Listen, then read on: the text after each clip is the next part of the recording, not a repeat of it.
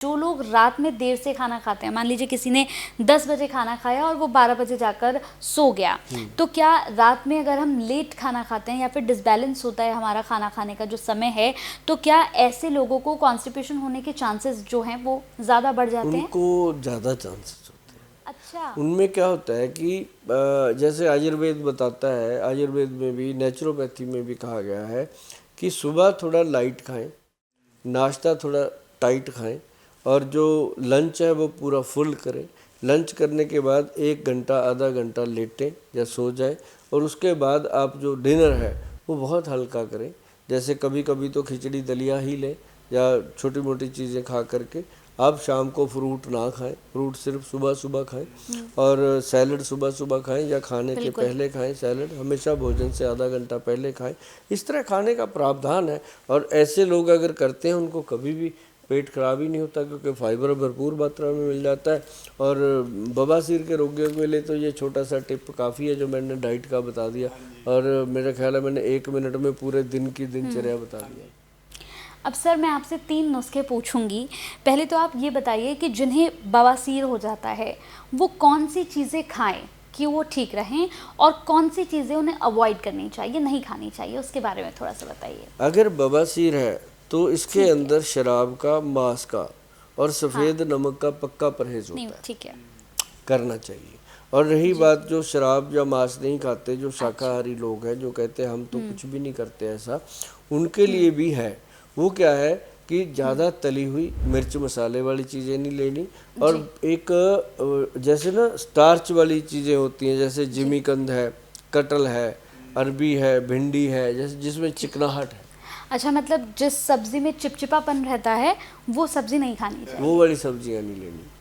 अच्छा सर, जैसे आपने बताया था कि कुछ ऐसी होती हैं जैसे राजमा की अगर मैं बात कर लूँ, उड़द या इस हाँ, टाइप ये की नहीं दालें लेनी हैं। और ये 2 दालें तो बिल्कुल नहीं अच्छा लेनी। और अगर बाकी कोई भी दाल लेनी है वो बिना छिलके की जी, 2 फाड़ की हुई दाल जो है वो लेनी चाहिए, धुली हुई दाल। बिना छिलके की धुली हुई दाल। धुली अच्छा हुई दालें, हरी सब्जियां और फ्रूट अच्छा। और सैलड ये लेना चाहिए, बहुत आनंददायक चीज़ होगी।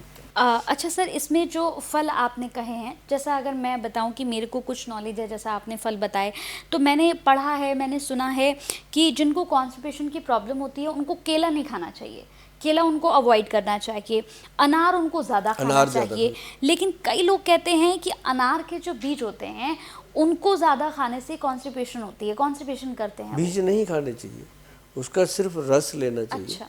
और जो बीज है, मैं आपको एक बात और वही बताऊं, वही वही। जो बीज भगवान ने दिया, अब जैसे जी तरबूज का बीज है, वो अगर तरबूज के साथ उस बीज को भी खा जाए, मतलब बीज को लोग छोड़ देते हैं साइड पे, भगवान क्यों देते हैं? भर भर के उन्होंने बीच में फंसा दिए कि चाह के भी ना थूक सके बंदा खाए, लेकिन फिर भी लोग कांटे से निकाल निकाल के उसको अलग कर देते हैं। जब बीज खाने से इतना फायदा, प्योर फाइबर है, कब्ज हो ही नहीं सकता।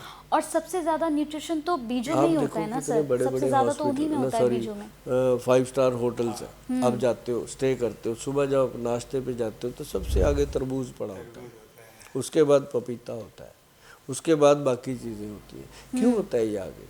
क्योंकि उनको पता है कि जो 5 स्टार में रहने की हैसियत रखता है इंसान, उसको ये चीज़ों की भी नॉलेज है कि उसको खाना क्या जी है।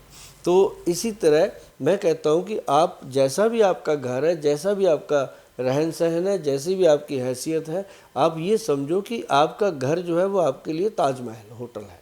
हमारे पंजाब में कहते हैं कुल्ली यार दी स्वर्ग दा झूठा अग लगे महलां नूं।